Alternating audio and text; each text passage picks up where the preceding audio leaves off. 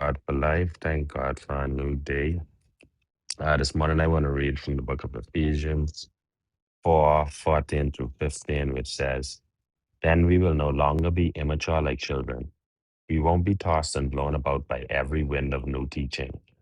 We will not be influenced when people try to trick us with lies so clever they sound like the truth.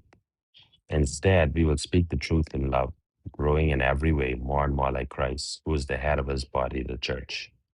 And today, I'm just grateful for life. I'm grateful for health. I'm grateful for strength. I'm grateful for my children. Um, just the gratitude is never ending for me. Because I just feel like God has brought me so far, and I feel that there's so much more that He's taken me to. That I just have this never ending feeling of gratitude towards Him.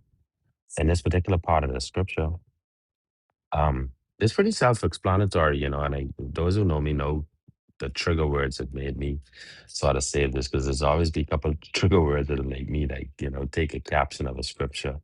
But this one in particular, um, it what really stood out to me is where he said, "We won't be tossed and blown about by every wind of new teaching. We will not be influenced when people try to trick us with lies so clever that they sound like the truth."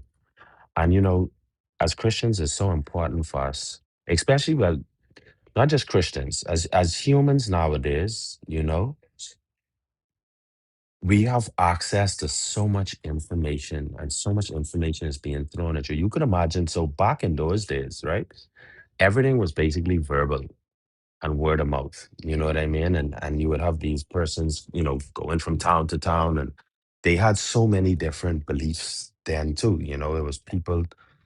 I mean, I guess just like now, there's people who believed in this God and that God, and you had these Egyptians, and you had these people and that people, and you could imagine, for the followers of Christ, like how confrontational it must have been because at that particular time in history, they were most definitely the minority, you know, like they are now is where they walking around as we as Christians are walking around as a majority. We definitely was a minority. And Apostle Paul was telling them that, like you got to hold firm, like you can't, like you know the truth. Like we know the truth. We've seen what Christ has done in our lives.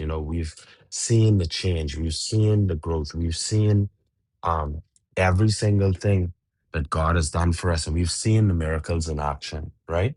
But we can't be swayed by other persons who come in